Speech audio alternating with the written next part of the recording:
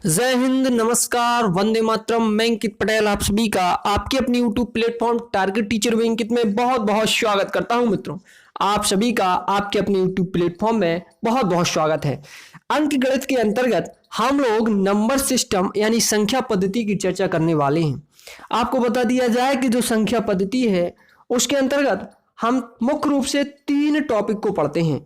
उन टॉपिक के नाम क्या क्या हैं? तो पहला टॉपिक है अंकीय क्षमता, इसको भी हम डिस्कस करते हैं और साथ ही साथ हमें विभाज्य की भी बात करनी होती है और इसके अलावा हमें गुणनखंड की भी चर्चा करनी होती है। यानी नंबर सिस्टम के अंतर्गत मुख्य रूप से हम 3 चीजों को पढ़ते हैं, अंकीय क्षमता, विभाज्य और गुणनखंड।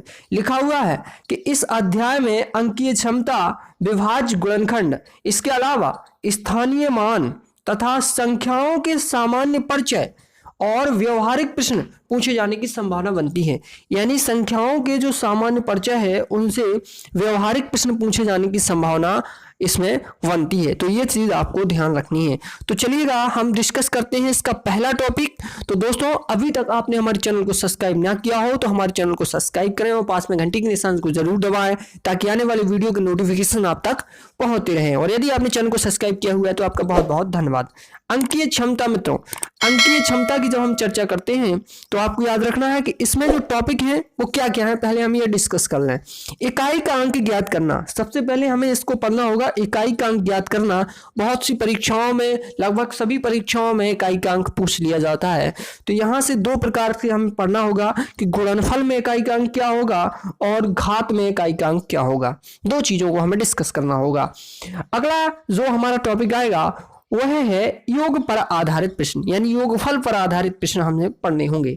इनके कई टाइप हैं, आइए डिस्कस करते हैं। इनके 4 टाइप हैं। तो पहला टाइप हमें पढ़ना है कि प्राकृतिक संख्याओं का योग पर प्रश्न। जो प्राकृतिक संख्याओं के योग पर प्रश्न बनते हैं वो 2 टाइप से बनते हैं, जब योगफल ज्ञात करना हो और दूसरा जब योगफल ज्ञात हो। तो हमें 2 प्रकार से इनको भी पढ़ना होगा। हम अभी डिस्क्राइब कर रहे हैं कि हमें क्या क्या पढ़ना है, बाकी हम एक एक टॉपिक को बहुत ही बारीकी से पढ़ेंगे। इसके बाद दूसरा योग पर आधारित प्रश्न होगा, वर्गों के योग पर आधारित प्रश्न।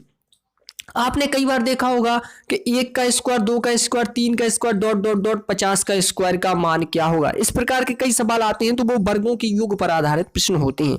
इसके अलावा हमें पढ़ना होगा घनों के योग पर प्रश्न।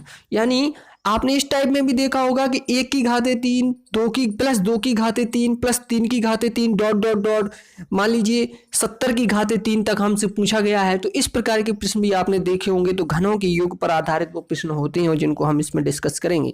इसके अलावा अगला जो हमारा टाइप होगा योग पर आधारित प्रश्न में, चौथा टाइप वो होगा भिन्नात्मक योग पर प्रश्न। 4 प्रकार के प्रश्न हमने इसमें डिस्कस करने वाले हैं और ये जो डिस्कस हम उस समय करेंगे तो आपको बताएंगे कि जो भिन्नात्मक प्रश्न होते हैं, हमें एक सीरीज दे दी होती है और हमसे उसका मान पूछा जाता है, तो हमें उसको किस प्रकार का हल करना है, इन चीज़ों के बारे में हम डिस्कस करेंगे।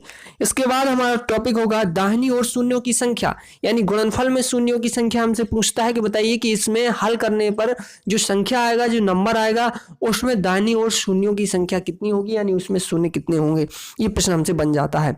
इसके अलावा सही गलत प्रश्नों की संख्या, इस प्रकार से क्वेश्चन आता है कि यदि किसी परीक्षा में किसी बालक ने 20 प्रश्न सही किए, उसने इतने प्रश्न गलत किए, तो बताइए कि उसने कितने प्रश्न। तो इस प्रकार से जो प्रश्न बनते हैं तो उनको हम किसके अंतर्गत रखेंगे, सही गलत प्रश्नों की संख्या के अंतर्गत रखेंगे। तो सही गलत प्रश्नों की संख्या को भी आपको देखना होगा।